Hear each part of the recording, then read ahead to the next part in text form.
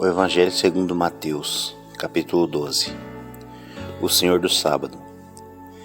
Naquela ocasião, Jesus passou pelas lavouras de cereal no sábado. Seus discípulos estavam com fome e começaram a colher espigas para comê-las. Os fariseus, vendo aquilo, disseram: Olha, os teus discípulos estão fazendo o que não é permitido no sábado. E ele respondeu: Vocês não leram o que fez Davi quando os seus companheiros estavam com fome?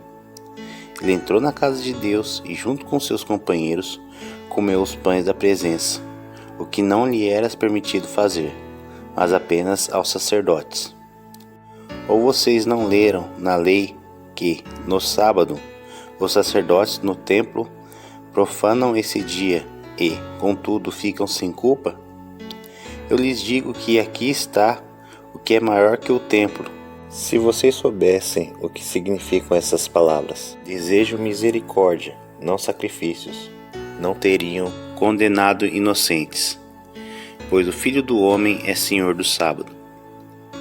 Saindo daquele lugar, dirigiu-se à sinagoga deles, e estava ali um homem com uma das mãos atrofiada. Procurando motivo para acusar Jesus, eles lhe perguntaram: É permitido curar no sábado? E ele lhes respondeu: Qual de vocês, se tiver uma ovelha e ela cair num buraco no sábado, não irá pegá-la e tirá-la de lá? Quanto mais vale um homem do que uma ovelha. Portanto, é permitido fazer bem no sábado. Então ele disse ao homem: Estenda sua mão. E ele a estendeu, e ela foi restaurada, e ficou boa como a outra. Então os fariseus saíram e começaram a conspirar sobre como poderiam matar Jesus, o servo escolhido de Deus. Sabendo disso, Jesus retirou-se daquele lugar. Muitos o seguiram, e ele o curou todos os doentes que haviam entre eles, advertindo-os para que não dissessem quem ele era. Isso aconteceu para que se cumpra o que fora dito por meio do profeta Isaías: Eis que meu servo, a quem escolhi, o meu amado, em que tenho prazer. Porei sobre ele o meu espírito, e ele anunciará a justiça às nações. Não discutirá nem gritará, ninguém ouvirá sua voz nas ruas. Não quebrará o caniço rachado, não apagará o pavio fumegante, até que leve a vitória à justiça, em que seu nome as nações porão sua herança. A acusação contra Jesus. Depois disso, levaram-lhe um endemoniado, que era cego e mudo, e Jesus o curou, de modo que ele pôde falar e ver. Todo o povo ficou atônito e disse: Não será este o filho de Davi? Mas quando os fariseus ouviram isso, disseram: É somente por Beelzebu, o príncipe dos demônios, que ele expulsa os demônios. Jesus, conhecendo os seus pensamentos, disse-lhes: Todo reino dividido contra si mesmo será arruinado, e toda cidade ou casa dividida contra si mesma não subsistirá. Se Satanás expulsa Satanás, está dividido contra si mesmo. Como então subsistirá o seu reino?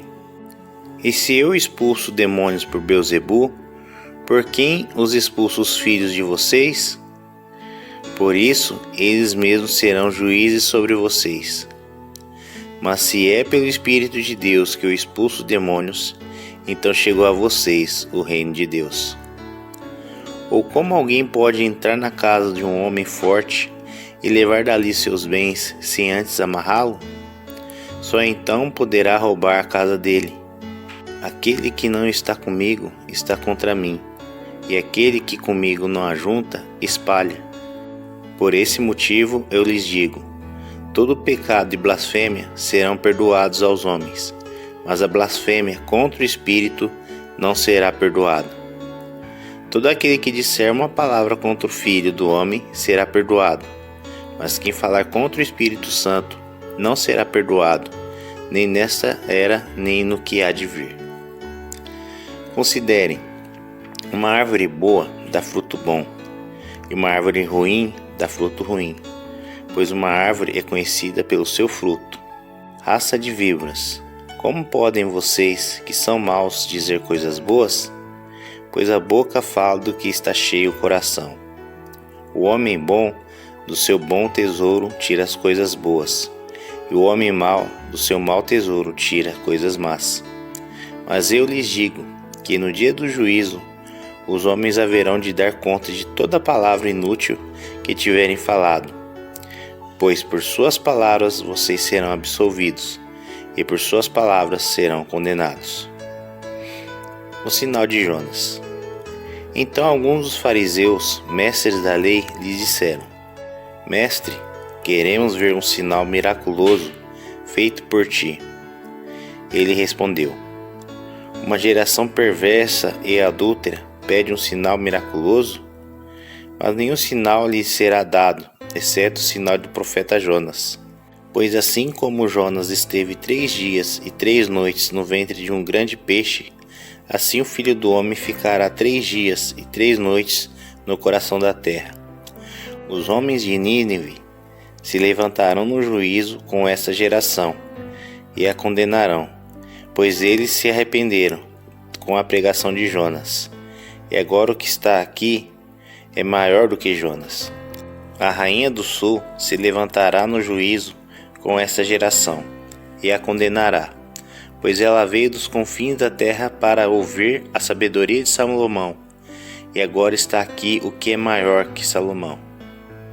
Quando o espírito imundo sai de um homem, passa por lugares áridos, procurando descanso.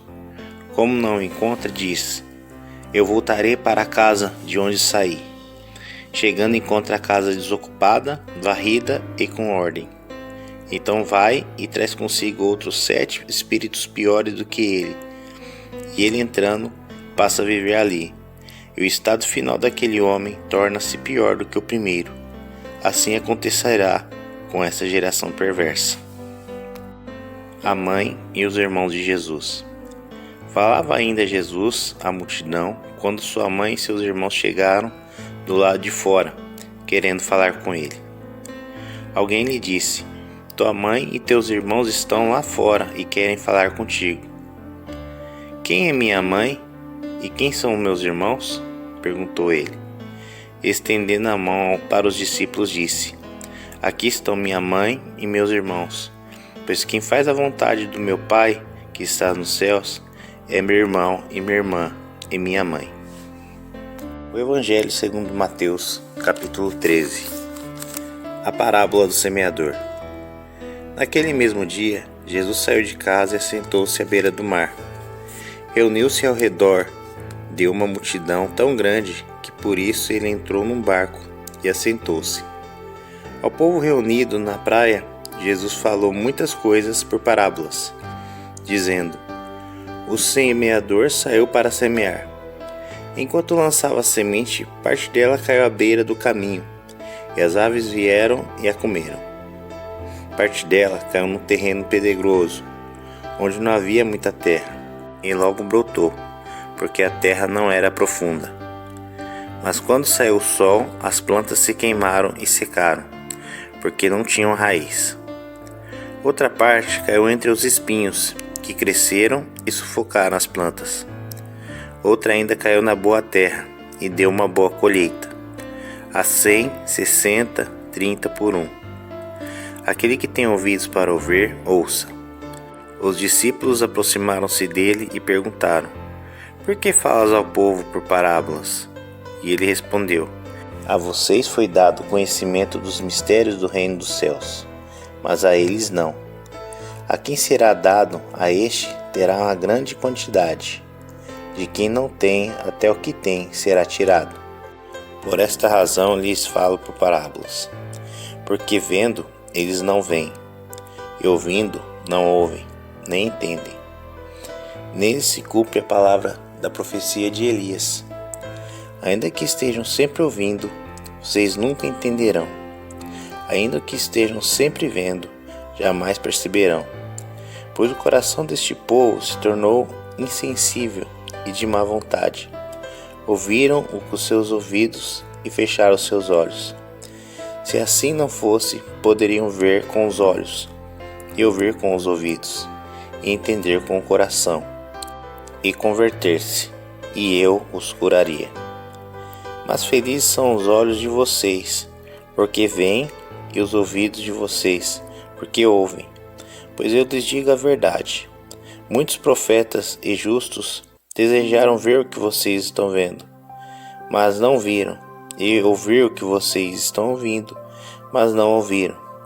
Portanto, ouçam o que significa a palavra do semeador. Quando alguém ouve a mensagem do reino e não entende, o maligno vem e arranca o que foi semeado em seu coração. Este é o que foi semeado à beira do caminho. Quando se foi semeado num terreno pedregoso, é aquele que ouve a palavra, logo recebe com alegria. Todavia, visto que não tem raiz em si mesmo, permanece por pouco tempo.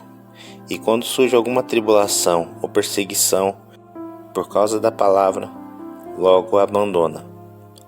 Quanto ao que foi semeado entre os espinhos, é aquele que ouve a palavra, mas a preocupação desta vida e o engano das riquezas a sufocam, tornando-a infrutífera. E finalmente aquele que foi semeado na boa terra, este é aquele que ouve a palavra e a entende, e dá uma colheita de 100, 60 e 30 por 1. A parábola do joio. Jesus lhes contou outra parábola, dizendo: o reino dos céus é como um homem que semeou boa semente em seu campo. Mas enquanto todos dormiam, veio seu inimigo e semeou o joio no meio do trigo, e se foi. Quando o trigo brotou e formou espigas, o joio também apareceu. Os servos do dono do campo dirigiram-se a ele e disseram: o senhor não semeou boa semente em seu campo? Então de onde veio o joio? Um inimigo fez isso, respondeu ele. Os servos perguntaram: o senhor quer que nós tiremos? E ele respondeu: não, porque ao tirar o joio vocês poderão arrancar com ele o trigo. Deixe que cresçam juntos até a colheita. Então direi aos encarregados da colheita: juntem primeiro o joio, amarrem-no em feixes para ser queimado. Depois juntem o trigo e guardem no meu celeiro. As parábolas do grão de mostarda e do fermento. E contou-lhes outra parábola: o reino dos céus é como um grão de mostarda, que um homem plantou em seu campo.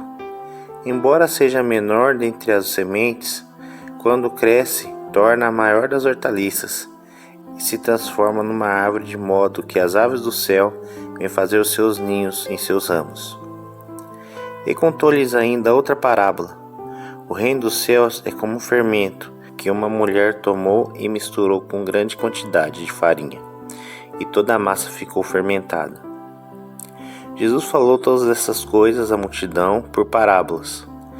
Nada lhes dizia sem usar alguma parábola, cumprindo-se assim o que foi dito pelo profeta: abrirei minha boca em parábolas, proclamarei coisas ocultas desde a criação do mundo.